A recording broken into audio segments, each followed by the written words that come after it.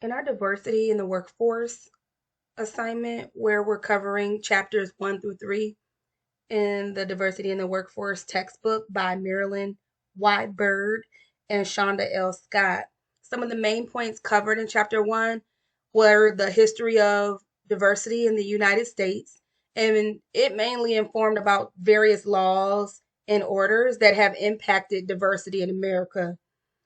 It highlighted Plessy v.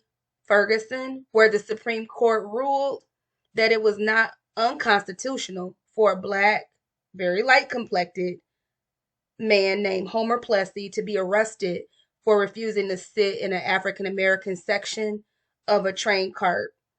Because of segregation laws being constitutional at that time, they said that then this was not violating his constitutional rights under the separate but equal laws that existed at that time.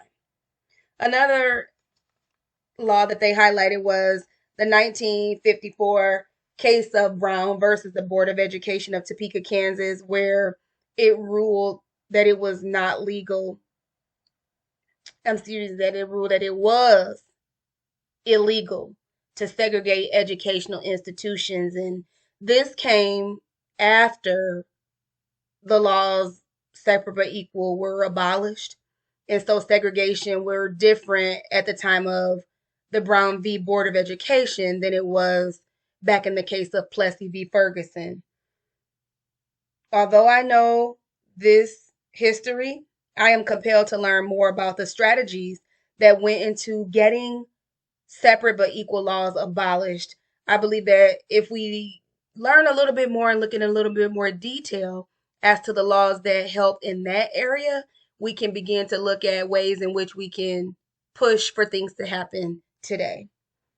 Another area that they talked about in the chapter 1 was the equal opportunity, Title 7 of the Civil Rights Act of 1964, where for once limited equality existed regarding education, housing, employment, accommodations, and receipt of federal funds.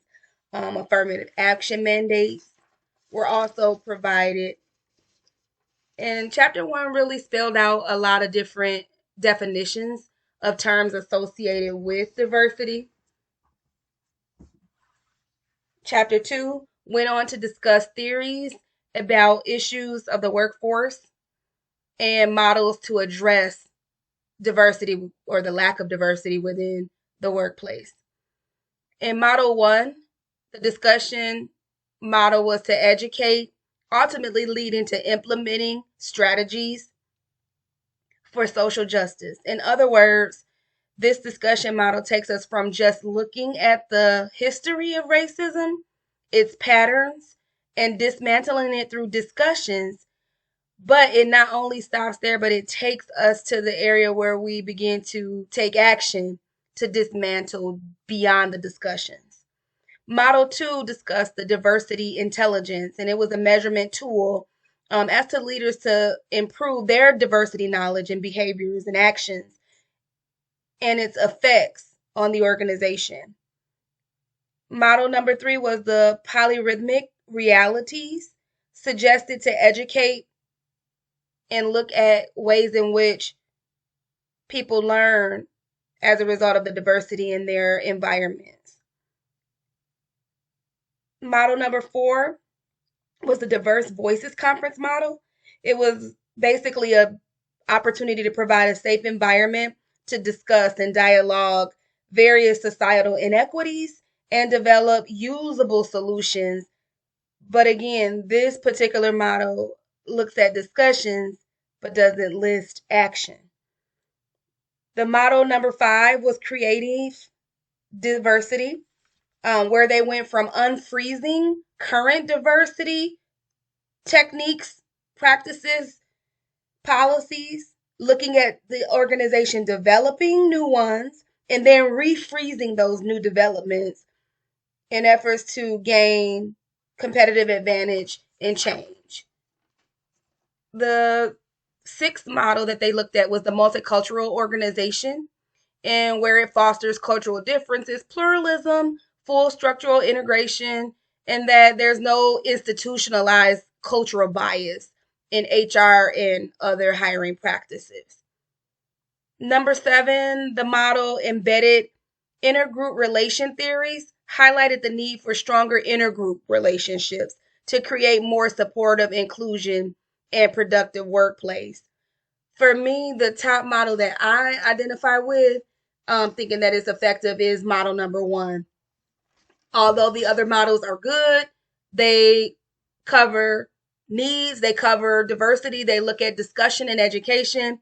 The model number 1, it really highlighted the fact that leaders need to take action. It's just not enough to be educated and to learn, but we have to get some action. So I like model number 1 in diversity and education. In chapter 3, the authors went on to look at organizational culture perspectives and creating organizations' culture with a focus of inclusivity. Implications for leaders and managers, again, pushing for leaders and managers to develop an organizational culture that embraces diversity and inclusion, causing leaders to develop a vision for diversity and put it into action. Essentially, it's not enough to, again, to discuss what do we see, what do we want, what do we have, but what are we going to do to get what we want to see, and to embrace diversity and grow the organizations to what we want it to become. I really didn't have any specific insights or disagreements. However, I will say that I felt as though, again, the models, many of them did not address action. They failed to take the next step of action, social justice. So I liked model 1, but I did disagree to a certain degree. Although helpful, the other models didn't really take that next step of social justice action. And then lastly, the conceptual discussion model really stood out the most to me as being most significant for all types of organizations because of its social justice component, where strategies to ensure diversity, equity, inclusion are implemented. And then I love the follow-up. Is one thing to say, yep, this is what we're going to do, and then start doing some things, but then having a follow-up plan to see, well, how are things going and how are things being implemented? Surveys to look at, okay, how are staff receiving this new change? How is this affecting others? And what are those outcomes to continue to assess, redevelop, and then again, continue to follow up to make sure that the action steps taken are effective and ultimately providing the diversity, equity, inclusion that we wish to see in organizations. Great chapters. And I thought that the authors did a great job spelling out the various theories and the various models for diversity in the workplace. Thank you.